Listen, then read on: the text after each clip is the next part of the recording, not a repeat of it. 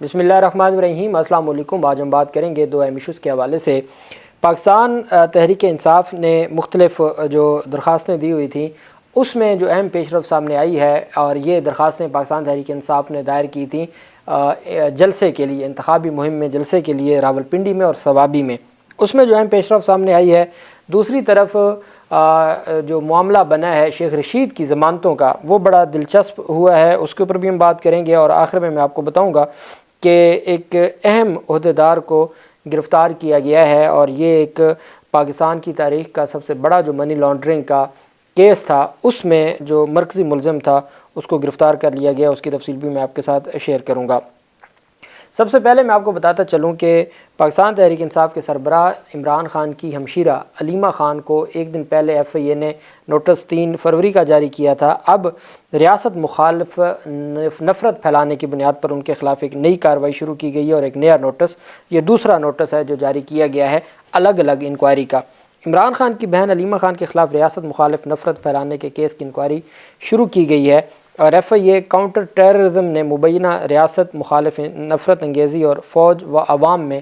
تقسیم پیدا کرنے کے کیس میں انکوائری کا آغاز کیا ہے۔ انہیں 6 فروری کو صبح 11 بجے counter terrorism wing F I A headquarter طلب کیا گیا ہے۔ F I A counter terrorism wing کے assistant director investigation Ijaz Ahmed Sheikh کی جانب سے علیمہ خان کو ارسال کیے گئے طلبی کے نوٹس میں تحریر کیا گیا ہے کہ F I A counter terrorism wing میں section officer F I A policy وزارت داخلہ کی درخواست پر ریاست مخالف سرگرمیوں، نفرت انگیز مواد پھیلانے و مجرمانہ سازش کر کے عوام و فوج میں تقسیم پیدا کرنے کے الزامات کے تحت انکوائری نمبر 4/24 درج کی گئی ہے، جس پر تحقیقات جاری ہیں۔ لہذا 6 فروری کو دن 11 بجے counter terrorism wing F I A head quarter اسلام آباد پیش ہوں۔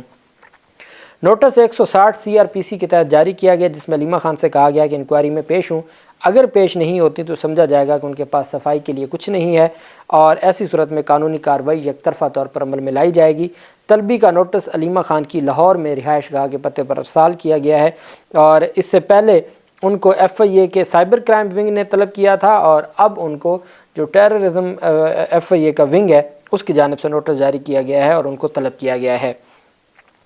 دوسری طرف پاکستان تحریک انصاف نے ضلعی انتظامیہ کو درخواست دی تھی، اور ضلعی انتظامیہ کی جانب سے پی ٹی آئی کو جلسے کی اجازت نہ ملی۔ خیبر پختونخوا کے شہر ثوابی کی ضلعی انتظامیہ کی جانب سے پی ٹی آئی کو جلسے کی اجازت نہ ملی۔ پولیس نے جلسہ گاہ سے کرسیاں ہٹا دیں۔ ایس ایچ او لیاقت شاہ کا کہنا ہے کہ پی ٹی آئی کو سیکیورٹی خدشات کے باعث جلسے کی اجازت نہیں ہے، P T I deputy commissioner سے اجازت لے پھر جلسہ کرے۔ پولیس نے کہا کہ دوسری سیاسی جماعتوں کو بھی جلسے کی اجازت نہیں ہے، دوسری سیاسی جماعتوں کی طرح پی ٹی آئی بھی کارنل میٹنگ کرے، اور سیاسی جلسہ ثوابی میں نہیں کیا جا سکتا۔ اسی طرح پاکستان تحریک انصاف نے راولپنڈی لیاقت باغ میں جلسے کی اجازت مانگی تھی، چونکہ مختلف سیاسی جماعتوں نے لیاقت باغ میں جلسہ کیا ہے، اس میں بلاول بھی تھے، اس میں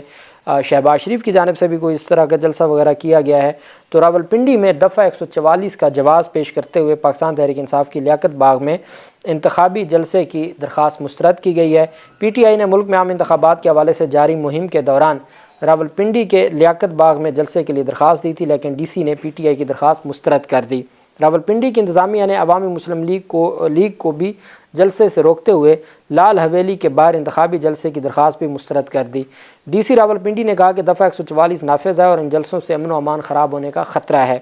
راولپنڈی میں پی ٹی آئی نے لیاقت باغ میں 4 سے 6 فروری کے دوران کسی بھی دن، اور عوامی مسلم لیگ کے سربراہ شیخ رشید احمد نے 6 فروری کو لال حویلی کے سامنے جلسے کی اجازت مانگی تھی۔ ڈی سی نے دونوں جماعتوں نے انتظامیہ سے درخواست مسترد کرنے کا تحریری جواب طلب کیا، اور کہا کہ ڈی سی کا فیصلہ ہائی کورٹ میں چیلنج کرنے کا ہم نے فیصلہ کیا ہے، اور مقامی رہنما شہریار ریاض نے کہا ہے کہ پاکستان مسلم لیگ نون شکست اور خوف سے گھبرا چکی ہے، اور یہی وجہ ہے کہ ہمیں اجازت نہیں دی گئی۔ بہرحال اب یہ معاملہ ہائی کورٹ میں جائے گا، اور چونکہ ہائی کورٹ 6 فروری تک 5 فروری کو چھٹی ہے، اس وجہ سے دیکھنا یہ ہے کہ یہ معاملہ آگے مزید لمبا ہو جائے گا یا کس طریقے سے چلایا جائے گا۔ دوسری طرف جو اہم پیش رفت سامنے آئی ہے وہ پاکستان تحریک انصاف کے سابق اتحادی عمران خان نے اس حوالے سے کہا ہے، جب ان سے سوال کیا گیا کہ شیخ رشید نے ایک ویڈیو سٹیٹمنٹ دی ہے کہ جو شیخ رشید کے مقابلے میں پاکستان تحریک انصاف کے امیدوار ہیں جن کو ٹکٹ دی گئی ہے، تو وہ امیدوار ہے جس نے 3 کروڑ روپے رشوت دی ہے ٹکٹ لینے کے لیے۔ اب ٹکٹ تو بیرسٹر گوہر علی خان یا یہ لوگ دے رہے تھے۔ عمران خان سے جب یہ بات پوچھی گئی تو عمران خان نے اس کو رد نہیں کیا، عمران خان نے اس بات کی تردید نہیں کی، بلکہ عمران خان کی جانب سے کہا گیا ہے کہ میں تو اس سارے معاملے میں اس وجہ سے شامل ہی نہیں تھا ٹکٹ کے معاملے میں کہ جو رجسٹر تھا وہ تو میری تک آنے نہیں دیا جاتا تھا، میں آگے کیسے دیکھتا ساری چیزوں کو، میں کس طریقے سے ٹکٹ کا فیصلہ کرتا جب ٹکٹ مجھ تک آنے ہی نہیں دی گئی، تو پھر میرے لیے تو کوئی اور آپشن تھی نہیں کہ میں اب اس کے اوپر میں تردید نہیں کر سکتا یا میں اس کے اوپر کوئی کمنٹس نہیں دے سکتا۔ اب یہ بات بھی شیخ رشید کی آج بھی ایک ویڈیو وائرل ہوئی، اور شیخ رشید کہتے ہیں کہ مجھے چکی نمبر موت کی چکی نمبر 15 میں، اس طرح کوئی انہوں نے ورڈ استعمال کیا، اس میں رکھا ہوا ہے کہ وہاں سے ویڈیو کیسے آ سکتی ہے۔ یہ بھی بڑی معنی خیز بات ہے۔ پہلی ویڈیو تو چلیں عدالت میں وہ آئے تھے پیشی پر، اور پیشی کے دوران انہوں نے ایک ویڈیو پیغام اپنے حلقے کے لوگوں کو دے دیا۔ اب جب وہ کہتے ہیں کہ میں فلاں چکی میں ہوں اور موت کی جو چکی ہے، اور وہاں سے ویڈیو کیسے وائرل ہوئی اور کس طریقے سے وہ آئی ہے، تو یہ ایسے سوالات ہیں جس کا جواب شاید شیخ رشید ہی دے سکتے ہیں۔ اور ان کی درخواست ضمانتوں پر سماعت ہوئی، اور امید تھی ان کے وکلاء کو کہ ان کو ضمانت مل جائے گی، انتخابات سے پہلے ان کی ضمانت کا معاملہ حل ہو جائے گا، لیکن اب سامنے آیا ہے کہ مسلم لیگ کے سربراہ شیخ رشید احمد کی ضمانت کا جو معاملہ ہے وہ لٹک گیا ہے، اور پروسیکیوشن کامیاب ہو گئی ہے شیخ رشید کو انتخابات تک جیل میں رکھنے کی۔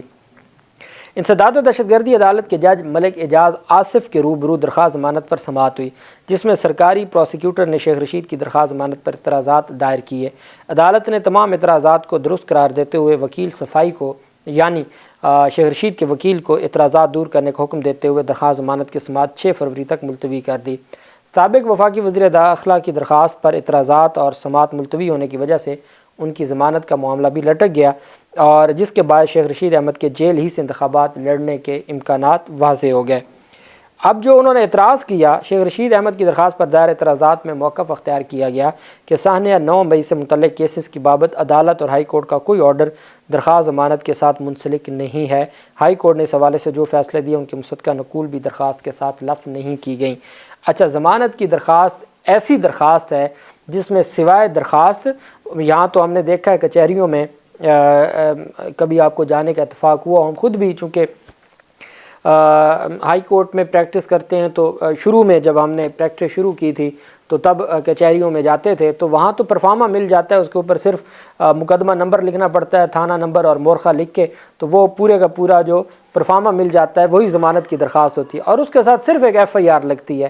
اب باقی فیصلے وہ بھلے اپنے حق میں پیش کریں یا نہ کریں، یہ ان کی ثوابدید ہے جو پٹیشنر ملزم سائڈ سے۔ تو ایک تو یہ اعتراض لگایا گیا ہے کہ ہائی کورٹس کے جو فیصلے ہیں اس کی مصدقہ کاپی نہیں ساتھ لگائی گئی۔ سرکاری پروسیکیوٹر کی جانب سے عائد اعتراضات میں مزید یہ کہا گیا کہ جو ضمانتیں منظور یا مسترد ہوئی ہیں ان میں سے کسی ایک کا فیصلہ لفظ نہیں کیا گیا۔ علاوہ ازیں سابق جو ہے وہ کہا گیا کہ پاکستان تحریک انصاف کے جو پاکستان تحریک انصاف کے سابق اتحادی ہیں شیخ رشید کہ جی انہوں نے یہ ڈاکومنٹس نہیں لگائے، اس وجہ سے کسی صورت بھی ان کو ریلیف نہیں دیا جا سکتا، اور یہ بڑی ایک مضحکہ خیز اعتراضات تھے۔ قانون کی نظر میں ضمانت کی درخواست ہے تو اس پر عدالت نے وہ اعتراضات دور کرنے کا حکم جاری کر دیا، اور عدالت نے کہا کہ اب 6 فروری کو سماعت ہوگی۔ 6 فروری کو اگر ایک دن مزید ہو گیا تو 8 فروری کی چھٹی آ جائے گی، اور اس طریقے سے شیخ رشید جیل سے ہی الیکشن لڑیں گے۔ دوسری جانب پاکستان کی تاریخ میں جو سب سے بڑا منی لانڈرنگ کا ایک کیس بنایا تھا FIA کی جانب سے اور کسٹمز حکام کی جانب سے، اس میں FBR کے ماتحت directorate post clearance audit customs کو solar panel money laundering scandal میں نامزد مرکزی ملزم نامزد گروہ کے افراد کی گرفتاری میں جو ایک مزاحمت کا سامنا کرنا پڑ رہا ہے۔ Directorate post clearance audit customs south Karachi director Shiraz Ahmed نے بتایا ہے کہ جمعرات کو سولر پینل کی درآمدات کی آڑ میں 80 ارب سے زائد کی منی لانڈرنگ میں ملوث ملزم رب نواز کی گرفتاری میں مزاحمت کا سامنا رہا، تاہم طویل جد و جہد کے بعد کسٹم کورٹ کراچی کے احاطے سے ملزم رب نواز کو گرفتار کرنے میں کامیاب ہو گئے۔ آج ان کی جانب سے یہ سٹیٹمنٹ جاری کی گئی ہے کہ وہ پیش ہونے آئے تھے اور پہلے بھی 80 ارب روپے سے زائد کی ایک شخص پر مرکزی، اور پھر یہ پورا گروہ ہے، کئیوں کے اوپر مختلف ارب،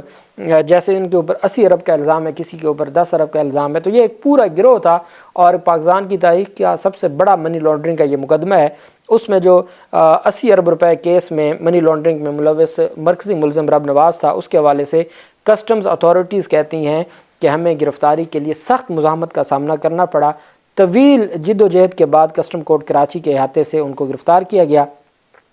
director post clearance audit south Shiraz Ahmed نے بتایا کہ کسٹمز پوسٹ کلیئرنس آڈٹ کی ٹیم نے کسٹمز کورٹ میں سماعت کے بعد ایک اور مقدمے میں ملزم رب نواز کو گرفتار کرنے کی کوشش کی تو سخت مزاحمت کا سامنا کرنا پڑا۔ انہوں نے کہا کہ ملزم گرفتاری سے بچنے کے لیے کسٹمز کی عدالت کے احاطے میں کئی گھنٹے موجود رہا، جبکہ کسٹم پوسٹ کلیئرنس آڈٹ کی ٹیم ملزم رب نواز کو گرفتار کرنے کے لیے کسٹمز کورٹ کے باہر موجود رہی۔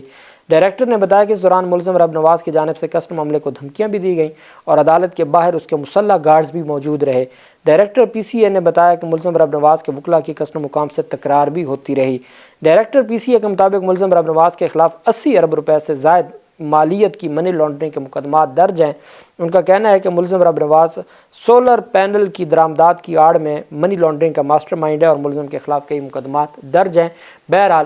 اتھارٹیز اور حکام کا کہنا ہے کہ ایک طویل ہماری کوشش کے بعد ہم نے ان کو گرفتار کر لیا اور اب ان سے جو پوچھ گچھ ہے وہ جاری ہے۔ اللہ پاک پاکستان کامیاب ناصر ہو۔ بہت شکریہ۔ اللہ حافظ۔ پاکستان زندہ باد۔